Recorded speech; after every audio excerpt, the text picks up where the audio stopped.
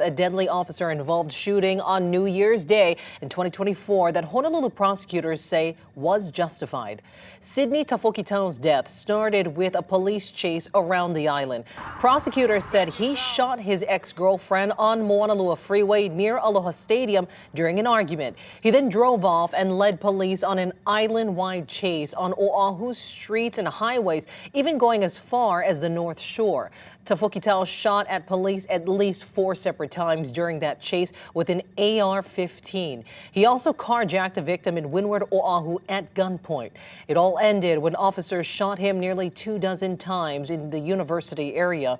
Our Eric Nacton tells us how evidence prosecutors found ruled the deadly shooting necessary. We have concluded the use of deadly force was justified in his death and that no police personnel will be charged. The use of deadly force resulting in the death of 44-year-old Sidney Tafokitau is ruled justified. No charges will be filed against HPD. He's back in town. There he is right there. Along with an island-wide chase on January 1st, Tafokitau shot his girlfriend multiple times. He also shot 2 officers. The chaos wrapped up near University in Dole. With Tafokitau shot 23 times, some may have felt unnecessary force was used, but authorities feel it was justified. If I've got a guy coming at me, shooting at me, I'm going to shoot at him, and the person next to me is thinking the exact same thing.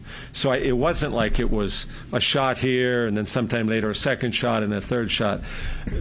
From my analysis here, all these shots were at about the same time over the space of a few seconds. He had gone on some type of rampage, was threatening people with a gun, was driving erratically, and so the Honolulu Police Department had to chase him down.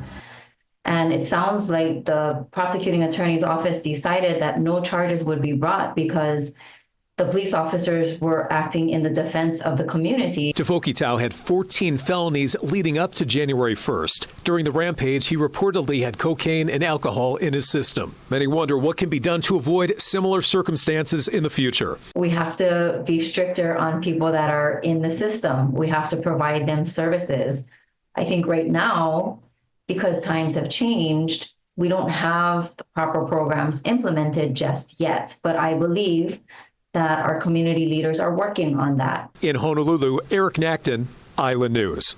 Well, along with 14 felony convictions dating back to 1993, Tafokitau was sentenced at one point to 20 years in prison and maxed out his sentence just 2 years before the shooting. Now, Prosecutor Alm called the January 1st shooting a, quote, suicide by cop incident.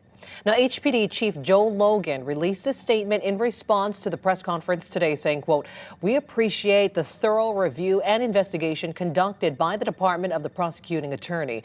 While most of us were spending New Year's Day with our family and friends, HPD officers were searching for a convicted felon who had shot and injured his ex-girlfriend that morning. After a dangerous driving spree that traversed Oahu and endangered motorists, the general public and HPD officers, this individual was fatally shot by officers as he walked down University Avenue, pointing and firing an AR-15 at them. He shot and wounded 2 officers who are still recovering nearly a year later.